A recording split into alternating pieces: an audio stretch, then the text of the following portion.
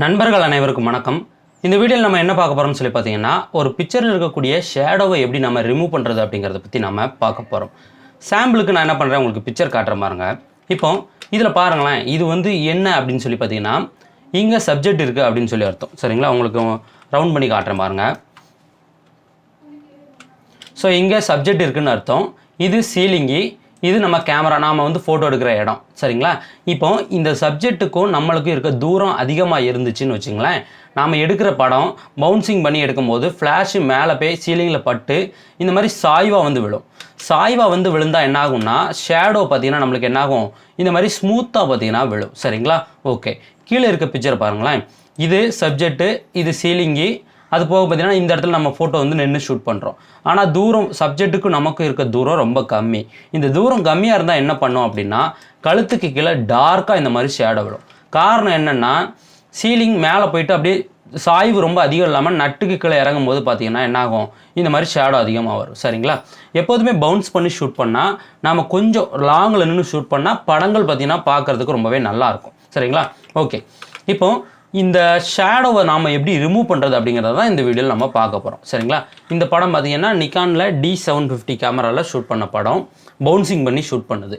ஆனால் ஷேடோ நம்மளுக்கு எப்படி விழுந்திருக்கு, ரொம்ப ஸ்மூத்தாக விழுந்திருக்கு. சரிங்களா, இந்த மாதிரி ஸ்மூத்தாக இருக்க ஷேடோவை நம்ம ஈஸியாக ரிமூவ் பண்ண முடியும். டார்க்காக விழுகிற ஷேடோவை பார்த்திங்கன்னா நம்ம வந்து அதை ரிமூவ் பண்ண முடியாது. இது கூட பார்த்திங்கன்னா நீங்கள் வந்து இந்த ஸ்மூத்தாக இருக்க ஷேடோ கூட பிக்சர் பார்த்திங்கன்னா பார்க்குறதுக்கு நல்லாயிருக்கும். ஆனால் டார்க்காக இருக்க ஷேடோஸ்லாம் பார்த்திங்கன்னா அந்த பிக்சர்ஸ் பார்த்திங்கன்னா பார்க்குறதுக்கு ரொம்பவே நல்லா இருக்காது. ஏன்னா கழுத்துக்கு கீழே அப்படியே கருப்பாக இருக்கும். சரிங்களா, ஓகே. இது எப்படி நம்ம ரிமூவ் பண்ணுறது அப்படிங்கிறத பார்க்கலாம். இப்போது நான் என்ன பண்ணுறேன், இந்த மேஜிக் வான் டூல் அப்படிங்கிறத எடுத்துக்கிறேன். இந்த டூல் வச்சு தான் நான் ரிமூவ் பண்ண போகிறேன். சரிங்களா, இந்த டூலில் ஃபஸ்ட்டு நம்ம தெரிஞ்சுக்கிறது என்னன்னு சொல்லி பாருங்கள். ஜஸ்ட்டு ஒரு கிளிக் பண்ணுறேன். நான் வந்து பிக்சரில் என்ன பண்ணுறேன், ஒரு கிளிக் பண்ணுறேன். ஒரு கிளிக் பண்ண எனக்கு என்ன பண்ணுது, ஒரு குறிப்பிட்ட தூரத்துக்கு மார்க் ஆகுது. இப்போ இதே இந்த இடத்துல கிளிக் பண்ணே பாருங்கள், இந்த இடத்துல ஒரு குறிப்பிட்ட தூரத்தில் இந்த மார்க்கிங் ஆகுது. நெத்தியில் கிளிக் பண்ணால் ஒரு இடத்துல மார்க் ஆகுது. சரி, இதில் வேல்யூ என்ன அப்படின்னு சொல்லி இருக்கு பாருங்களேன், 32 அப்படின்னு இருக்குது. இப்போது நெத்தியில் கிளிக் பண்ணோம்னா இவ்வளோ தூரம் தான் நம்மளுக்கு வந்து மார்க் ஆகுது. சரி, 32 வந்து வேல்யூ இருந்தால், இப்போ இந்த வேல்யூவை 60 அப்படின்னு மாற்றிட்டு திரும்ப அதை நெத்தியிலே ஒரு கிளிக் பண்ணுறேன்னு வச்சுங்களேன், கம்மியாக நம்மளுக்கு செலெக்ஷன் ஆன அந்த ஏரியா இன்னும் எக்ஸ்டன் ஆகுது. சரிங்களா, காரணம் என்னென்னா இந்த வேல்யூ. சரி, இப்போ இந்த ஷேடோவில் டச் பண்ணோன்னு வச்சுங்களேன், நம்மளுக்கு எங்கெல்லாம் ஷேடோ இருக்கோ அங்கெல்லாம் மார்க் ஆகுது. சரிங்களா, இது நீங்கள் என்ன தெரிஞ்சுக்கணுன்னா, இந்த ஆப்ஷனை நீங்கள் வந்து இன்க்ரீஸ் பண்ணிங்கன்னா உங்களுக்கு செலெக்ஷன் அதிகமாகும். அதேமாதிரி இந்த ஆப்ஷனில் இருக்கக்கூடிய வேல்யூவை குறைச்சிங்க அப்படின்னா செலெக்ஷன் கம்மியாகும். சரிங்களா, ஓகே. இப்போ நான் என்ன பண்ணுறேன், இந்த ஷேடோவை ஒரு கிளிக் பண்ணுறேன். ஃபஸ்ட்டு ஷேடோவை கிளிக் பண்ணி நம்மளுக்கு என்ன ஆகுது, ஷேடோ எங்கெல்லாம் இருக்கோ அங்கெல்லாம் ஒரு செலெக்ஷன் அழகாக ஆகுது. ஓகே, இப்போ இதில் எதுவும் தேவையில்லாத போர்ஷன்ஸ் உங்களுக்கு இருக்கா? ஆமாம், ஏன்னா எனக்கு ஹேரில் வந்து நம்மளுக்கு வந்து ஹேரில் வந்து செலெக்ஷன் வந்திருக்கு. ஹேரை நம்ம வந்து பிரைட் பண்ண போகிறதில்ல. அதனால் என்ன பண்ணலாம், இந்த லேசர் டூலை நம்ம எடுக்கலாம். லேசர் டூல் எடுத்துகிட்டு ஆல்ட் பட்டனை கிளிக் பண்ணி இந்த மாதிரி ட்ராக் பண்ணி நம்ம மார்க் பண்ணி விட்டோம்னா அது மறைஞ்சிடும். அதே போல் இந்த பக்கமும் ஆல்ட்டை கிளிக் பண்ணி இந்த மாதிரி ட்ராக் பண்ணுறேன். ஓகே, ஷேட்லேயே நான் என்ன பண்ணுறேன், ட்ராக் பண்ணிக்கிறேன். ஷேட் கூட வேணாம், இருக்கட்டும். சரிங்களா, இப்போ இந்த மாதிரி மார்க் ஆகிடுச்சு. நாம் வந்து இதுக்கப்புறம் பிரைட் பண்ணலாம். ஆனால் பிரைட் பண்ணுறது இப்போ நான் வந்து உங்களுக்கு டெமோவுக்கு சொல்லி காமிச்சிடும் பாருங்களேன். இப்போ நார்மலாக நான் பிரைட் பண்ணுறேன். நார்மலாக பிரைட் பண்ணும்போது என்ன பண்ணுது, இந்த மாதிரி பார்த்திங்கன்னா ஸ்கின்லாம் பார்த்திங்கன்னா கலர் மாறுது. சரிங்களா, இது காரணம் என்னென்னா, நீங்கள் என்ன பண்ணணும், ஃபெதர் அப்படிங்கிறத கொடுக்கணும். ஃபெதர்னால் என்னென்னா ஸ்மூத்னஸ் அப்படின்னு அர்த்தம்.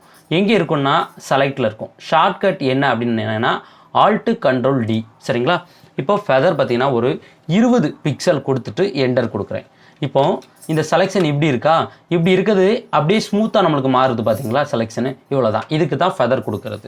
சரிங்களா, ஓகே, டன். இப்போ நம்ம என்ன பண்ணலாம், இந்த செலெக்ஷன் இருக்கும்போது நம்மளால் பிரைட் பண்ண முடியாது, கொஞ்சம் சிரமமாக இருக்கும். கண்ட்ரோல் H அப்படிங்கிறத கொடுத்திங்கன்னா இந்த செலெக்ஷன் மறைஞ்சிடும், பிக்சர் இருக்கும். ஆனால் செலெக்ஷன் நம்மளுக்கு இதில் தான் இருக்கும். செலெக்ஷனை மறைச்சி வச்சுட்டு நம்ம ஒர்க் பண்ண போகிறோம். இப்போது இமேஜ் போயிட்டு அட்ஜஸ்ட்மெண்ட்டில் ஒரு பிரைட் அண்ட் கான்ட்ராஸ்ட் அப்ளை பண்ணுறேன். நான் என்ன பண்ணுறேன், லைட்டாக பிரைட்னஸ் பார்த்திங்கன்னா ஏற்றிக்கிறேன். பிரைட்னஸ் ஏற்றுறேன். பிரைட்னஸ் ஏற்றும் போது அங்கே பார்த்திங்கன்னா கொஞ்சம் கான்ட்ராஸ்ட் குறையும். அதனால் என்ன பண்ணுறேன், இந்த கான்ட்ராஸ்ட்டும் பார்த்திங்கன்னா கொஞ்சம் நான் என்ன பண்ணுறேன், அப்படியே ஏற்றுறேன். ஆனால் ஃபுல் அண்ட் ஃபுல் என்னோடய பிக்சரை பார்த்து தான் நான் வந்து என்ன பண்ணுறேன், ஒர்க் பண்ணுறேன். சரிங்களா, சரி, இங்கே பாருங்கள், இது ஒரிஜினல், இது எடிட்டிங். நல்லா பாருங்கள், ஒரிஜினல், எடிட்டிங். ஓகே, இப்போது கலர் பார்த்திங்கன்னா கொஞ்சம் நம்மளுக்கு இந்த இடத்துல பார்த்திங்கன்னா நம்மளுக்கு மாறி இருக்குது. இதுக்கு என்ன பண்ணலாம், கண்ட்ரோல் ஹியூ அண்ட் சேச்சுரேஷன் போட்டு லைட்டாக பார்த்திங்கன்னா என்ன பண்ணுறேன், கலரை பாப்அப் பண்ணிக்கிறேன். சரிங்களா, ஓகே. இப்போது கலரை கொஞ்சம் பாப்அப் பண்ணிட்டோம். அது போக என்ன பண்ணலாம், ஸ்கின் டோனை மேட்ச் பண்ணுறதுக்கு கலர் பேலன்ஸ் கண்ட்ரோல் பி கொடுத்தீங்கன்னா வரும். இந்த கலர் பேலன்ஸில் லைட்டாக எல்லோ எடுத்துக்கிறேன், இந்த பக்கம் லைட்டாக ரெட் எடுத்துக்கிறேன். சரிங்களா, ரெட்டை கூட லைட்டாக கம்மி பண்ணால் எனக்கு மேட்ச் ஆகுது. அதனால் என்ன பண்ணுறேன், எல்லோ மட்டும் கொஞ்சம் நான் என்ன பண்ணுறேன் எடுத்துக்கிறேன் இந்த பக்கத்தில். டன். இப்போ கண்ட்ரோல் ஹைச்சிங்கதை கொடுத்துக்கிறேன். திரும்ப செலெக்ஷன் வந்துடுச்சு. இப்போ என்ன பண்ணலாம், ஸ்டாப் பண்ணிடலாம். இப்போ இப்படி இருந்த பிக்சரு இப்படி மாறிடுச்சு. சரிங்களா, நல்லா பொறுமையாக பாருங்கள். இப்படி இருந்த பிக்சரு இப்படி மாறிடுச்சு. இன்னும் டார்க்னஸ் பத்தலைன்னு வச்சுங்களேன், நம்ம என்ன பண்ணலாம், இமேஜ் அட்ஜஸ்ட்மெண்ட்டில் பார்த்தீங்கன்னா செலக்டிவ் கலர்னு இருக்கா, இதில் போய் என்ன பண்ணலாம், இந்த ரெட்டில் பிளாக் எடுத்துகிட்டு பிளாக்கோட வேல்யூ கொஞ்சம் நீங்கள் இன்க்ரீஸ் பண்ணிங்கன்னா உங்கள் பிக்சரில் பிளாக் வேல்யூ பார்த்தீங்கன்னா ஏறும். இப்போ பிளாக் வேல்யூ எனக்கு ஒரு 7%. நீங்கள் பாருங்கள், பிளாக் எனக்கு ஏறிடுச்சு. இப்போ பிக்சர் இன்னும் பார்க்குறதுக்கு நம்மளுக்கு ரொம்பவே நல்லாயிருக்கு. ஏன்னா பிக்சரில் வந்து ஒரு ஸ்கின் ஸ்மூத்னஸ் இருந்தால் இன்னும் பெட்டராக இருக்கும். நான் என்ன பண்ணுறேன், ஃபில்ட்ரு போயிட்டு இந்த இடத்துல பார்த்தீங்கன்னா இமேஜ் நமிக்கில் போர்ட்ரேச்சர் நான் யூஸ் பண்ணுறேன். இப்போ என்னுடைய பிக்சரில் இருக்கக்கூடிய ஸ்கின்லாம் எனக்கு கரெக்டாக பார்த்தீங்கன்னா என்ன பண்ணுறேன், இந்த ப்ளஸ் பாயிண்ட் எடுத்து அப்படியே செலக்ட் பண்ணிக்கிறேன். செலக்ட் பண்ணிவிட்டு ஓகே அப்படிங்கிறத கொடுக்குறேன். இது ஆட்டோமேட்டிக்காகவே ரொம்பவே சூப்பராக உங்கள் ஸ்கின்னை வந்து ஸ்மூத் பண்ணி கொடுக்கும். சரிங்களா, இப்போ பாருங்கள் என்னுடைய பிக்சரில் ஸ்கின்னை பாருங்களேன் எந்த அளவுக்கு ஸ்மூத் பண்ணியிருக்கு அப்படின்ட்டு. இது வந்து ரொம்ப அதிகமாக பண்ணிடுச்சு, கொஞ்சம் நம்ம வந்து வேல்யூஸை கம்மி பண்ணியிருக்கணும். சரிங்களா, பட் இது ஓகே. இப்போ ஒரிஜினல் எடிட்டிங் பார்க்கலாம். இது ஒரிஜினல், இது எடிட்டிங். ஒரிஜினலுக்கும் எடிட்டிங்க்கும் எவ்வளோ டிஃப்ரென்ஸ் இருக்குதுன்னு பார்த்தீங்களா, இவ்வளோ தான். சரிங்களா, ஆனால் என்ன இந்த ஸ்கின் ஸ்மூத்னஸ் தான் பார்த்தீங்கன்னா ரொம்ப பார்த்தீங்கன்னா நம்ம வந்து அதிகமாக பண்ணிட்டோம். இப்போ ஷேடோ பார்த்தீங்கன்னா ஒரு சிங்கிள் பிக்சரில் இருக்கக்கூடிய ஷேடோவை நாம் கொஞ்சம் பிரைட் பண்ணி பிக்சரை கொஞ்சம் பாப்அப் பண்ணுறதுக்கு தெரிஞ்சிருச்சு. சரிங்களா, ஓகே. இதே நீங்கள் ஒரு குரூப் பிக்சர் இருந்தால் எப்படி உங்களால் பிரைட் பண்ண முடியும் அப்படிங்கிறதையும் நாம் பார்க்கலாம். இப்போது உதாரணத்துக்கு நான் என்ன பண்ணுறேன், ஒரு வெட்டிங்கில் எடுத்த ஒரு குரூப் பிக்சர் நான் ஓப்பன் பண்ணிக்கிறேன். ஸோ இந்த பிக்சர் பார்க்கும்போது ஆல்ரெடி நம்மளுக்கு ரொம்பவே நல்லா தான் இருக்குது. பட் அவங்க ஃபேஸில் இருக்கக்கூடிய ஷேடோஸ் பார்த்திங்கன்னா நம்மளுக்கு பார்த்திங்கன்னா கொஞ்சம் டார்க்காக இருக்குது. சரிங்களா, இப்போ இந்த மாதிரி குரூப் பிக்சருக்குலாம் நம்ம எப்படி அந்த செலெக்ஷனை கொண்டு வரது, சிங்கிள் கிளிக்கில் நம்ம என்ன பண்ணோம், ஷேடோ எங்கெல்லாம் இருக்கோ அங்கெல்லாம் மார்க் பண்ணோம். ஆனால் இது குரூப் பிக்சராக இருக்குது, இதுக்கெலாம் எப்படி நம்ம எல்லா பக்கமும் மார்க் பண்ணுறது அப்படிங்கிறதையும் பார்க்கலாம் வாங்க. இப்போ இதில் ஒரு செலெக்ஷன் பண்ணுறேன். இது ரொம்ப அதிகமாக செலெக்ஷன் ஆகுது குரூப் பிக்சருக்கு. இதோட வேல்யூ ஒரு 40 மாற்றிட்டு இந்த டார்க்காக இருக்க இடத்துல ஒரு கிளிக் பண்ணுறேன். கிளிக் பண்ணிவிட்டு ரைட் கிளிக் பண்ணி இதில் சிமிலர் அப்படின்னு ஒரு ஆப்ஷன் இருக்கா, இந்த ஆப்ஷனை டச் பண்ணுங்கள். இதை டச் பண்ணிங்கன்னா அதே போல் டார்க்னஸ் எங்கெல்லாம் இருக்கோ அங்கெல்லாம் பார்த்திங்கன்னா நம்மளுக்கு என்ன ஆகும், செலெக்ஷன் ஆகும். இப்போது ஃபெதர் என்ன பண்ணுறேன், ஒரு 10 அப்படிங்கிறத கொடுக்குறேன். கொடுத்துட்டு கண்ட்ரோல் ஹைச் கொடுத்து நான் என்ன பண்ணுறேன், செலெக்ஷனை மறைக்கிறேன். நல்லா பொறுமையாக பாருங்கள், கண்ட்ரோல் ஹைச் கொடுத்து மறைக்கிறேன் செலெக்ஷனை. ஃபெதர் கொடுத்துட்டேன், கண்ட்ரோல் ஹைச் கொடுத்துட்டேன். இப்போது ஒரு கர்வ்ஸ் அப்ளை பண்ணலாம். கண்ட்ரோல் எம், லைட்டாக என்ன பண்ணுறேன், பிரைட்னஸ் லைட்டாக ஒரு சின்ன பிரைட்னஸ். ஓகே, இப்போ இது பாருங்களேன், லைட்டாக பிரைட்னஸ் ஏற்றிருக்கேன்னா அது போக என்ன பண்ணுறேன், ஒரு பிரைட் அண்ட் கான்ட்ராஸ்ட் போடுறேன். இதில் லைட்டாக இன்னும் பிரைட்னஸ் ஏற்றி லைட்டாக ஒரு சின்ன கான்ட்ராஸ்ட் அப்ளை பண்ணுறேன். ஸோ இங்கே பாருங்கள், இது போக வேறு ஏதாட்டும் நம்மளுக்கு செலெக்ஷன் வேணுமா, வேறு பார்த்திங்கன்னா ஒரு கலர் பேலன்ஸில் என்ன பண்ணலாம், ரெட்டு கொஞ்சம் எல்லோ லைட்டாக. ஓகே, டன்னு. இப்போ திரும்ப இந்த செலெக்ஷன் கொண்டு வந்து அதை கட் பண்ணிடுறேன், செலெக்ஷனை கட் பண்ணுறேன். இப்போ பாருங்களேன், ஒரிஜினல் எடிட்டிங். ஆனால் நம்மளுக்கு எஃபெக்ட் எந்த ஒரு இடத்துலையும் பார்த்திங்கன்னா நம்மளுக்கு செலெக்ஷன் ஆகிருக்காது. நல்லா பொறுமையாக பாருங்கள், அந்த ஃபேஸ் ஏரியா மட்டும் பாருங்களேன். இந்த க்ளோஸ்அப்பில் காட்டுறேங்க பாருங்கள், லைட்டாக தான் பிரைட் பண்ணியிருப்பேன். ஆனால் நம்மளுக்கு அந்த ஸ்கின்னில் இருக்கக்கூடிய டீட்டெயில் எப்படி கிடச்சிருக்குன்னு பாருங்கள், இவ்வளோ தான். சரிங்களா, இப்படி இருக்க பிக்சரை இப்படி மாற்றிருக்கோம். அதுக்கு போக இதுக்கப்புறம் உங்களுக்கு ஓவரால் பிக்சரில் ஏதாட்டும் வேணும் அப்படின்னா நீங்கள் என்ன பண்ணலாம், ஓவரால் பிக்சருக்கு தேவையான அந்த வேல்யூஸை வந்து நீங்கள் ரெண்டாவது அப்ளை பண்ணி உங்கள் பிக்சரை பார்த்தீங்கன்னா பாப்அப் பண்ணிக்கலாம். இந்த ஒர்க்கு கொஞ்சம் பார்த்திங்கன்னா நம்மளுக்கு இந்த மாதிரி டைம் எடுக்கத்தான் செய்யும். நீங்கள் ஒரு ஷீட்டாக இந்த மாதிரி பண்ணுறதுக்கு டைம் எடுக்கத்தான் செய்யும். ஆனால் அவங்க பிரிண்டிங்கை பார்த்தீங்கன்னா ரொம்பவே சூப்பராக இருக்கும். இங்கே பாருங்களேன், இது ஒரிஜினல், இது எடிட்டிங்.